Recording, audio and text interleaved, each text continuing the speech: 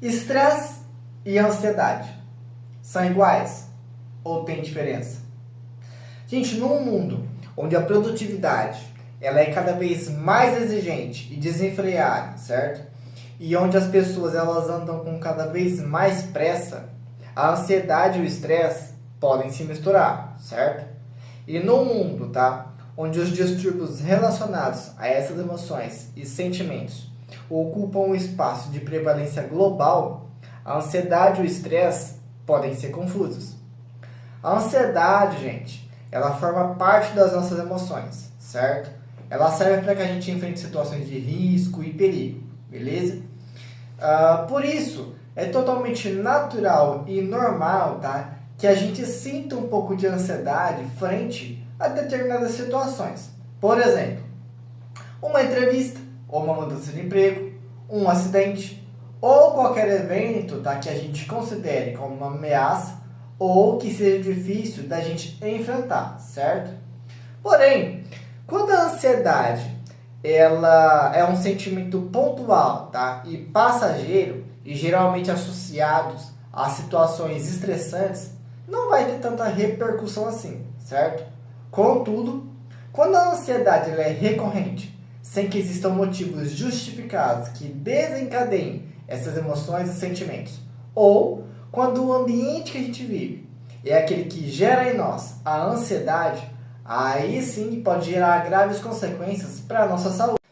Já o estresse, ele é uma resposta fisiológica e psicológica frente a situações que a gente considere e perceba ameaçadoras ou desafiadoras, certo?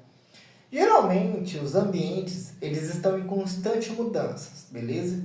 E isso muitas vezes vai exigir da gente contínuas adaptações. Por isso, é totalmente natural e normal certas quantidades de estresse para que o nosso organismo ele responda de forma adequada frente às mudanças e os desafios da vida diária, beleza? Porém, embora certas quantidades de estresse sejam necessárias e adaptativas, tá? Quando essas emoções e sentimentos são muito intensos e se prolongam no tempo, aí pode gerar graves consequências para a nossa saúde. Por exemplo, desempenho acadêmico, profissional e até mesmo nos relacionamentos de casal e pessoal, beleza? Geralmente os sintomas do estresse, eles podem se manifestar de diferentes maneiras e com diferentes intensidades, a nível físico, psicológico, comportamental, beleza?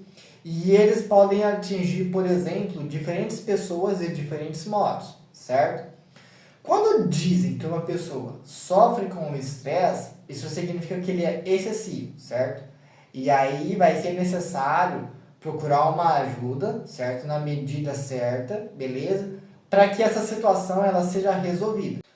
Por exemplo, na Espanha, a ansiedade ela afeta 6,7% da população, sendo o quinto maior país com maior nível de estresse entre os membros da União Europeia, beleza?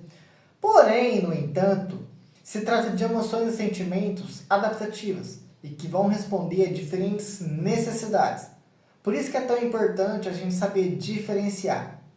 E, com o objetivo de melhorar a nossa capacidade de introspecção e fornecer informações mais claras sobre um problema que é tão difundido entre a população, tá?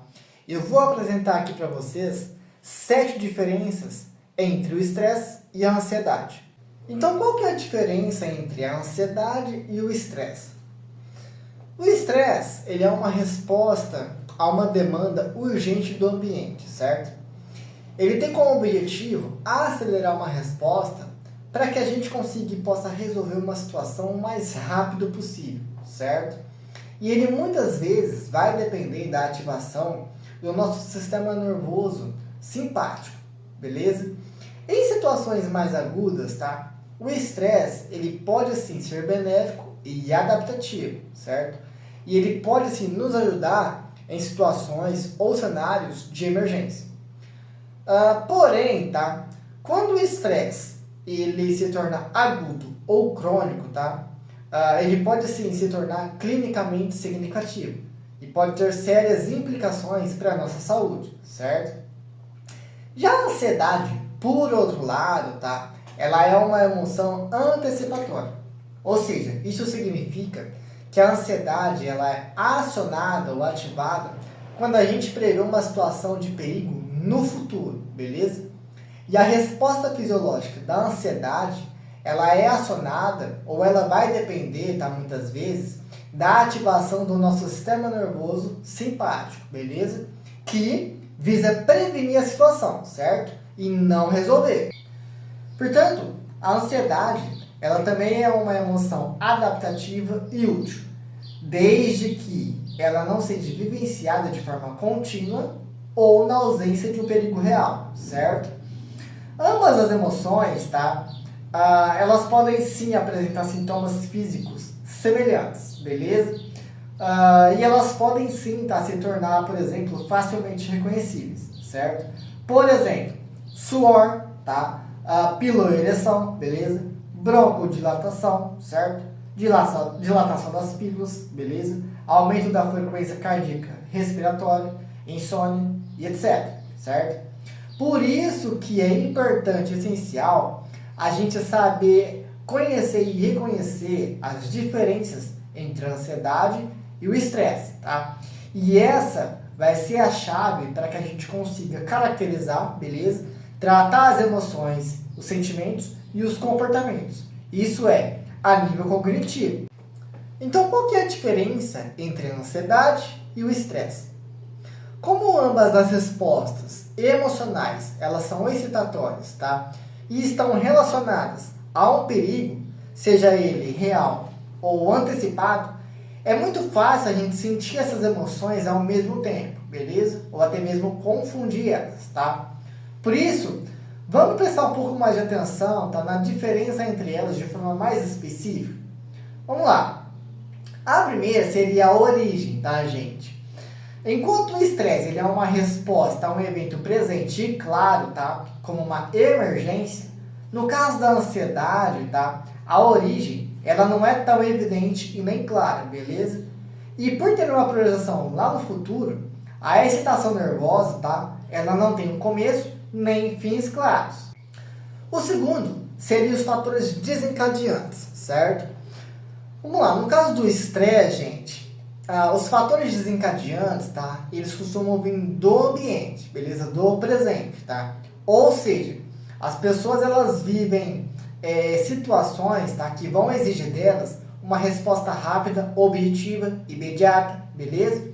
Por outro lado, tá? Os fatores que desencadeiam um estado de ansiedade são internos, certo? Gerado pelo medo que a pessoa tem daquelas possíveis situações que elas estão antecipando, certo? Terceiro, seria a duração da resposta fisiológica. No caso da ansiedade, a duração dos efeitos, tá, ela é muito mais complexa, pois essa excitação ela responde a fatores cognitivos que podem perdurar ou se prolongar, mesmo que as situações problemáticas elas nunca aconteçam, beleza? Já no caso do estresse, tá, gente? Ela pode terminar quando o estímulo que desencadeia essas emoções termina, beleza? Ou desaparece. É quase como se fosse algo instantâneo. O quarto seria a intensidade de resposta. A intensidade do estresse e da ansiedade variam muito dos fatores que vão desencadear essas emoções, certo?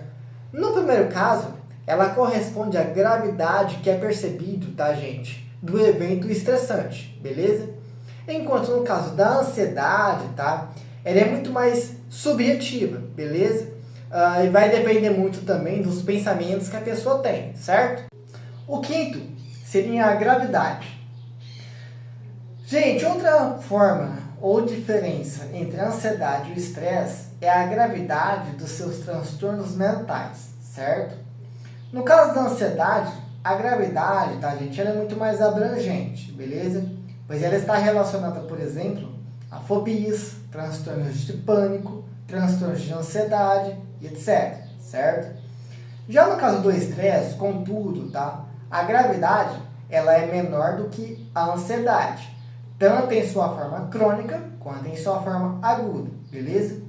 E quando se trata, tá, gente, de distúrbios orgânicos, tá, como por exemplo, problemas cardiovasculares, tá? A sua gravidade, ela também deve ser levada em consideração. Sexto e último, porém não menos importante, seriam os tratamentos.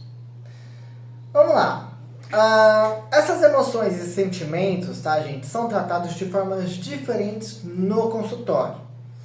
Quando o estresse ele se torna crônico, tá, gente, o tratamento ele é concentrado em criar estratégias de desenvolvimento de enfrentamento. Por exemplo, técnicas de respiração, meditação e etc. Beleza? Já no caso da ansiedade, pode ser necessário fazer uma combinação de tratamento com psicotrópicos, certo? Ou seja, os esforços terapêuticos, eles vão ter como objetivo, tá, gente? Superar as crenças desadaptativas, beleza? E desativar, por exemplo, os comportamentos de evitação. Isso é, conforme revisado e divulgado na revista eletrônica de neurologia, certo?